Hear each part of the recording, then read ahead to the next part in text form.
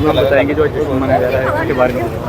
जी, आज सबको पता ही है कि जो बिहार में चुनाव हुए और हमारे जम्मू कश्मीर की नगरोटा विधानसभा और बड़गाम विधानसभा दोनों विधानसभा के चुनाव थे, जिसमें हमारे स्वर्गीय देवेंद्र सिंह राणा जी, उनकी सुपुत्री देवयानी राणा जी वहाँ से चुनाव लड़ रही थी। वो भारी प्रचंड बहुमत से जो जीत कर आई हैं, इसका श्रेय वहाँ की जनता के देते हैं। और उनके पिताजी ने तो काम किया ही था अपने विधायक के टेन्योर में, पर उनकी सुपुत्री देवयानी राणा, जब से उनका स्वर्गवास हुआ था पिछले 11 महीनों से बिल्कुल घर घर ग्राउंड पे उतरी थी देवयानी राणा जी।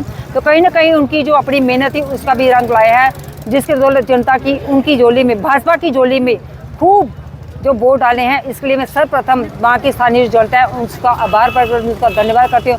और इसके साथ साथ ही माननीय यशस्वी प्रधानमंत्री नरेंद्र भाई मोदी जी का भी हम धन्यवाद करते हैं, जिनके नेतृत्व में देश भर में जो चुनाव लड़े जाते हैं।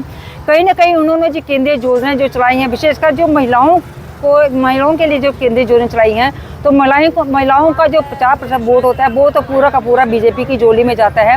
तो माननीय प्रधानमंत्री जी का भी हम बड़ा आभार प्रकट करते हैं कि उन्होंने इतनी सारी केंद्रीय योजनाओं का जो फायदा जनता को दिलाते हैं, तो उसका कहीं ना कहीं फल जो है वो वोटों के रूप में हमें मिलता है। उसके साथ ही बिहार में जो चुनाव हुए थे उसमें भी एनडीए सरकार की प्रचंड जो बहुमत हासिल किया, उसके लिए वहाँ की जनता का आभार प्रकट करते हैं। और माननीय प्रधानमंत्री, वहाँ के जो विधायकगण सभी जीत गए हैं, उनको बहुत बहुत हम धन्यवाद और उनका बधाई और शुभकामनाएं देते हैं। जय हिंद, जय भारत।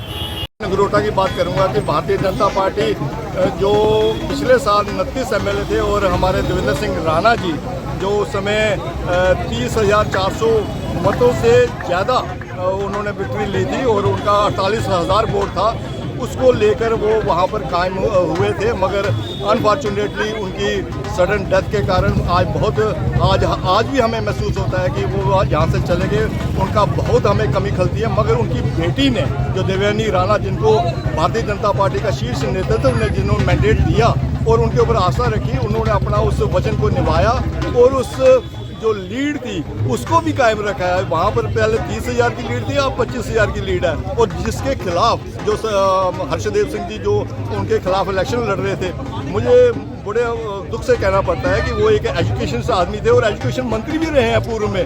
वो ऐसी लैंग्वेज का यूज़ करना और ऐसी अभद्र भाषा बोलना, मुझे लगता है कहीं ना कहीं उनको इस चीज़ की भी अब याद आएगा कि उन्होंने कैसे लैंग्वेज को यूज़ किया था। और भारतीय जनता पार्टी ने ये पहले ही माना था कि जो राणा साहब ने काम वहाँ पे किया हुआ था उसका रिजल्ट जो है वो अब आया। और भारतीय जनता पार्टी इस बात के लिए कायम है कि जो 29 एमएलए बने हैं वो भारतीय जनता पार्टी जम्मू कश्मीर में। और जो आप बड़गाम की बात कर रहे हैं, बड़गाम में आप मालूम है कि नेशनल कॉन्फ्रेंस का ये एक पुश्तैनी सीट थी उनकी, कभी आज तक नेशनल कॉन्फ्रेंस से बाहर सीट गई नहीं है। पहली बार वो क्यों गई? क्योंकि उमर अब्दुल्ला साहब हर बार यही कह रहे थे, मुझे स्टेट हुड चाहिए, मुझे 35 से चाहिए, मुझे वापस चाहिए, सरकार हमें काम नहीं करने दे रहा है जी, ये नहीं। जो बहानेबाजी और जो बरगलाने की बात वो उमर अब्दुल्ला साहब कर रहे थे, उस बात को लेकर लोगों में रोष था। लोगों ने कहा कि जो मैनिफेस्टो में जो आपने चीज़ें वायदे पूरे किए और वायदे दिए थे वो वायदे पूरे करो। मगर उन्होंने इस बात को ना माना और स्टेट हुड को बात करते रहे। लोगों ने उनको नकार दिया और पीडीपी को जिताया। मगर पीडीपी का अस्तित्व कोई नहीं है, 3 सीटें लेकर बैठे थे, आज 34 सीट हो रही है, तो कोई फर्क नहीं पड़ता।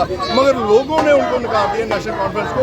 और जो बड़ी बात है, जो आप कह रहे हैं कि बिहार की सरकार का, बिहार में डेमोक्रेसी सही मायनों में, अब बार बार कह रहे थे ना बिहार में जो जंगल राज, वो जंगल राज को लोगों ने नकार दिया। और जितने भी हमारे ये जो कांग्रेस के LOB हैं, हमारे राहुल गांधी जी, वो बार बार यही कहते थे कि हम जन जी को ला रहे हैं, हमारे जन जी ये करेंगे, इसको उल्टा कर देंगे, उसको निपटा देंगे।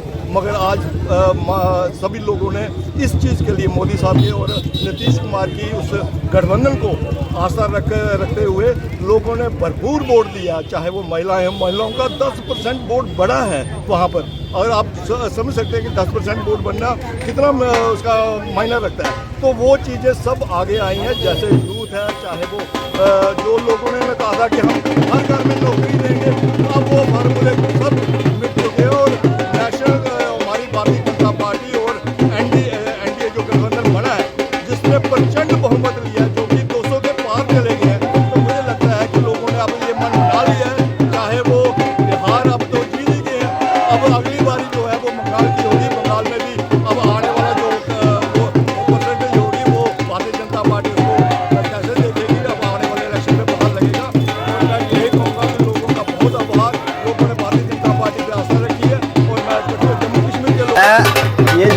मनाया जा रहा है। जैसे सबको पता है आज बिहार और नगरोटा बाईपोल के जो है वो इलेक्शन के नतीजे आए हैं। सब कार्यकर्ताओं को आज यहाँ जश्न मनाया जा रहा है। भारतीय जनता पार्टी के कार्यकर्ता एकत्रित हुए हैं, पटाखे चलाकर, लड्डू बांटकर जो है वो खुशी का इजहार किया जा रहा है। मेरी तरफ से सारे कार्यकर्ताओं को, नेताओं को, हमारी आला कमान को, जिन्होंने इतनी मेहनत करके आज नगरोटा बाईपोल और बिहार के इलेक्शंस में जो हमें फिर से एक बार जो है वो सरकार बनाने का मौका मिला है, मैं लोगों को, बिहार के लोगों को और नगरोटा के लोगों को भी बहुत बहुत शुभकामनाएं देना चाहूँगा, जिनकी वजह से आज भारतीय जनता पार्टी का कमल एक बार फिर खिला है।